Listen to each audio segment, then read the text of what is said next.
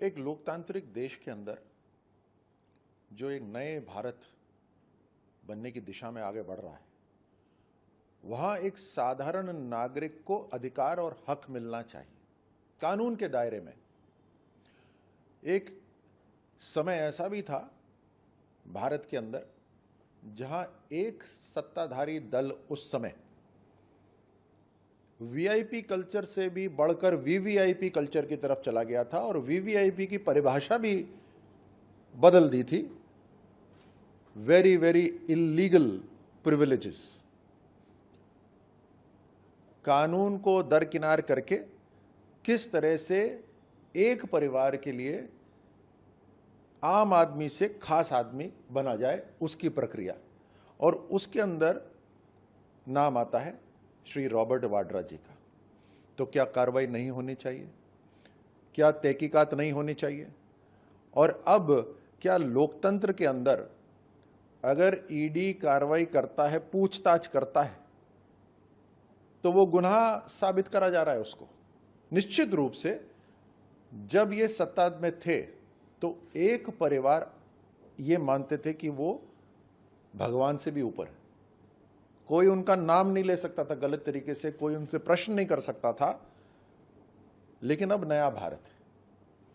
आप समझिए कि इतने साल सत्ता से दूर रहने के बावजूद भी किस तरह का एक माहौल पूरे देश में बना रहे हैं कि अरे इनसे प्रश्न पूछ लिया, इनको ईडी के सामने समन कर लिया।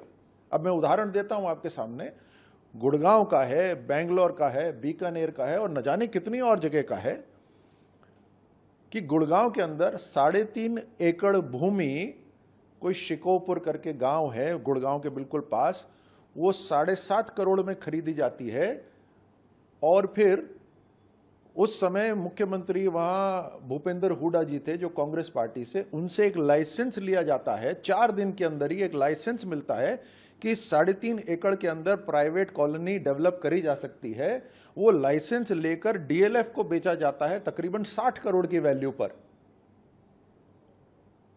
और मजे की बात यह है कि वो जो 7.5 करोड़, उस 3.5 एकड़ की जो कीमत भी है, वो भी डायरेक्टली नहीं चुकाई गई। वो डीएलएफ से ही जो पैसा आया, उस पैसे में से ही डीएलएफ ने वहां पेमेंट करा। यानी रॉबर्ट वाड्रा जी ने केवल दलाली के लिए एक लाइसेंस, कॉलोनी का लाइसेंस दिलाने के लिए 50 करोड़ रुपए अपने पास रख लिए। ये उदाहरण है। इसके ऊपर शिकायत दर्ज हुई है, इसके ऊपर कानूनी कार्रवाई हो रही है, तो क्या प्रश्न नहीं होना चाहिए?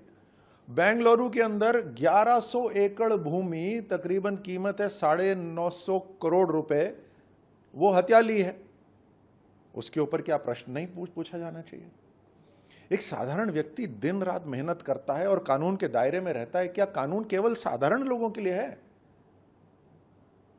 ये एक सत्ताधारी दल जो पुराना है, जो कांग्रेस पार्टी, जो इतने सालों से जिसने देश के ऊपर राज करा, उनके दिल और दिमाग में यही है कि ये अभी भी उन्हीं का राज है और एक परिवार को कोई प्रश्न नहीं कर सकता।